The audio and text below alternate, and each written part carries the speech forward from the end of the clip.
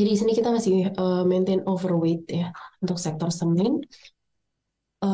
Walaupun dalam 1 tahun terakhir ini kita lihat mungkin pressure untuk harga saham perusahaan-perusahaan semen itu masih terlihat ya. Di 2022 sendiri kita lihat pergerakan harga semen itu turun sekitar 9% untuk SMGR, kemudian INTP itu turun sekitar 18%. Penurunannya lebih besar jika dibandingkan dengan pergerakan IHSG yang di 2022 kemarin itu sempat tumbuh sekitar 4%. Kemudian harga-harga saham semen ini juga diperdagangkan di PE multiple yang cukup rendah ya, cukup undemanding. Masing-masing itu ada di bawah -1 standard deviation ya. Nah, namun meskipun pergerakan harga saham semen masih mengalami banyak tekanan, di sini kita melihat ke depannya akan ada perbaikan atau recovery di sektor semen. Yang pertama itu disebabkan oleh menurunnya harga batu bara. Jadi sejak beberapa kuartal belakangan itu memang sudah terlihat penurunan harga batu bara global. Ini indeks Newcastle ini adalah indeks batu bara global dengan calorific value 6.200 kilokal per kilogram. Sementara untuk perusahaan-perusahaan semen di Indonesia itu biasanya paling banyak menggunakan batu bara dengan CV yang lebih rendah ya, ada di calorific value sekitar 4.200 kilokalori per kilogram. Dan di sini sudah terlihat penurunan untuk harga batu bara global sendiri. Ini turun udah lebih dari 60%-an gitu ya kalau dibandingkan dengan eh, peak levelnya di tahun lalu gitu. Kemudian untuk ICI 4 sendiri, yaitu batu bara dengan calorific value yang rendah tadi, itu sudah turun kira-kira mungkin lebih dari 30-an% gitu. Nah, kami expect ke depannya tren penurunan harga harga batu bara ini masih akan berlanjut meskipun mungkin dengan tingkat penurunan yang mungkin lebih mau dibandingkan penurunan yang sebelumnya gitu. Nah, siapa yang sorry. Oke, jadi ini di sini kita bisa lihat bahwa batu bara itu masih menjadi sumber energi utama untuk memproduksi semen ya di Indonesia, walaupun belakangan trennya itu sudah cukup menurun. Di sini kita ambil data INTP, itu energi mix yang digunakan INTP kalau dulu di 2015 itu lebih dari 95%-nya itu masih fossil fuels, yang mana ini sebagian besar dikontribusikan oleh batu bara. Di 2023 ini sudah turun di bawah 90% gitu ya. Namun ke depannya kita lihat ini masih akan menjadi sumber energi utama ya batu bara itu, walaupun kontribusinya mungkin sudah tidak setinggi di 5 tahun yang lalu gitu. Nah, kemudian emiten yang lebih diuntungkan dari penurunan harga batu bara ini kami kira mungkin lebih ke INTP ya, karena di sini SMGR kita lihat di tahun lalu dari kuartal 2 sampai kuartal 4 2022 itu dia sudah memperoleh batu bara di harga DMO price itu yang di cap oleh pemerintah itu sudah 100% dari kebutuhan batu baranya. Jadi harga DMO itu kan di bawah harga batu bara di pasar saat ini gitu. Sehingga dari penurunan harga batu bara ini mungkin SMGR tidak memperoleh keuntungan gitu. Sementara INTP sini kita lihat di second half di tahun 2022 kemarin itu mungkin kebutuhan batu baranya yang tercover di harga DMO itu mungkin ada di sekitar 50-an%. Eh, Kemudian untuk full year 2023 sendiri, manajemen itu menargetkan akan memperoleh batu bara di harga DMO itu sekitar 70-75% gitu. Tapi di first Q 2023 sendiri kemarin realisasinya itu mereka sudah memperoleh 100% kebutuhan batu baranya di harga DMO gitu. Nah, jadi ini masih ada sebagian yang menggunakan harga pasar gitu ya. Jadi kami expect penurunan harga batu bara ini akan memberikan dampak positif yang lebih besar untuk INTP karena tentunya INTP akan melihat penurunan biayanya yang lebih signifikan kalau dibandingkan dengan SMGR. Nah, kemudian katalis yang kedua juga adalah easing competition ya, pasca konsolidasi di sektor semen. Jadi di akhir tahun 2022 kemarin itu SMGR dia mengakuisisi SMBR gitu ya. Ini memberikan tambahan kapasitas sekitar 3,85 juta ton terhadap SMGR secara total production capacity. Kemudian INTP itu juga menandatangani kontrak sewa fasilitasnya semen Bosowa gitu.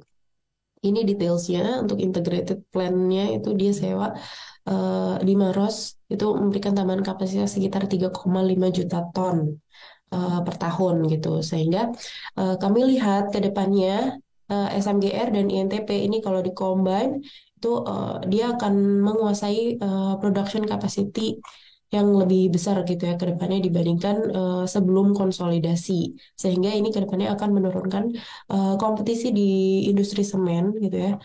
Kemudian kalau kita lihat SMGR ini dengan akuisisinya terhadap SMBR, ke depannya itu akan meningkatkan kekuatan dia terutama di area Sumatera bagian selatan gitu. Jadi SMBR itu adalah salah satu pemain terbesar di area Sumatera, terutama Sumatera bagian selatan gitu ya. Dengan akuisisi ini maka nanti akan mengurangi apa kompetisi gitu ya dengan semen Padang dan semen Andalasnya SMGR gitu.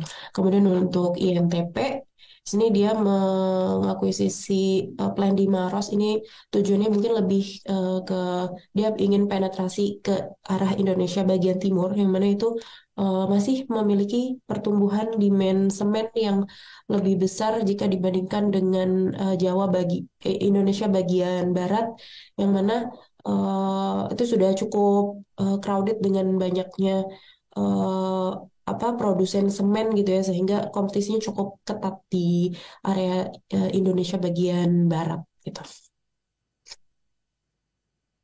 Kemudian juga eh, kebijakan moratorium yang dikeluarkan pemerintah untuk menghentikan izin terhadap pembangunan pabrik semen baru ini ke depannya juga kami kira akan membuat pertambahan kapasitas produksi di industri itu mungkin akan eh, lebih muted gitu ya ke depannya sehingga ini akan meningkatkan tingkat utilisasi di industri semen.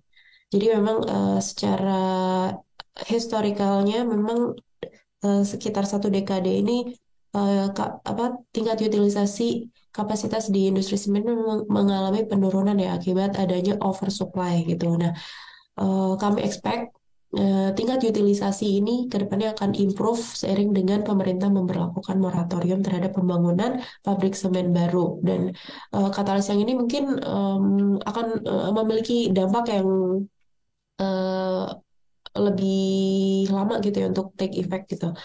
Dan sifatnya pun juga lebih struktural ya untuk sektor semen secara keseluruhan. Nah, kemudian katalis yang terakhir yaitu terbukanya potensi penurunan suku bunga ke depannya ini bisa memiliki dampak positif terhadap sektor semen gitu. Jadi em, sebagian besar home buyers itu ketika membeli residential property itu sebagian besar mereka menggunakan mortgage gitu atau KPR gitu ya. 75% orang itu pakai KPR ketika beli rumah. Nah, kemudian kita lihat di sini secara historical juga ketika terjadi siklus penurunan suku bunga itu akan diikuti oleh peningkatan volume volume semen gitu. Dan kami melihat ini lag-nya mungkin ada sekitar 1 sampai 2 tahun gitu ya setelah siklus penurunan suku bunga itu dimulai gitu. Peningkatan demand ini tentunya menunggu juga dengan peningkatan aktivitas di sektor properti gitu ya. Jadi kami lihat biasanya setiap kali setelah siklus penurunan suku bunga dimulai itu biasanya akan terjadi pertumbuhan untuk volume semen yang lebih tinggi dalam 1 sampai 2 tahun ke depannya. Oke, jadi untuk company highlights-nya, di sini sebenarnya kita suka dua-duanya ya, SMGR maupun INTP. Kita juga masih overweight untuk sektor semen. Untuk SMGR sendiri, di sini kita lihat dia itu adalah semen producer terbesar ya di Indonesia. Dia memiliki portfolio profile yang sangat diverse gitu ya. Kliennya juga tersebar di seluruh Indonesia gitu. Dengan akuisisi dia terhadap SMBR kemarin di akhir tahun 2022 ini akan semakin memperkuat posisi market share dia nomor satu di Indonesia gitu. Kemudian kita juga suka dengan agenda deleveraging dia di beberapa tahun belakangan ini gitu ya, setelah dia mengakuisisi SMBR di 2019 kemarin yang membuat debt to equity-nya cukup bengkak gitu ya. Tapi kita lihat trennya setelah beberapa tahun belakangan itu terus mengalami penurunan gitu.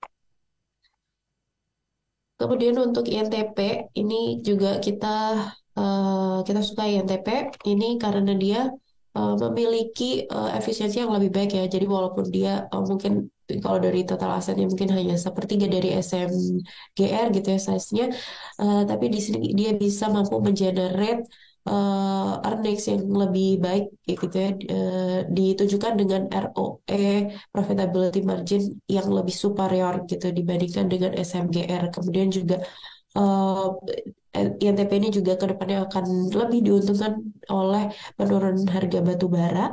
Kemudian kita juga suka INTP itu memiliki clean balance sheet ya, dia nggak punya utang berbunga sehingga biaya keuangannya itu sangat ringan.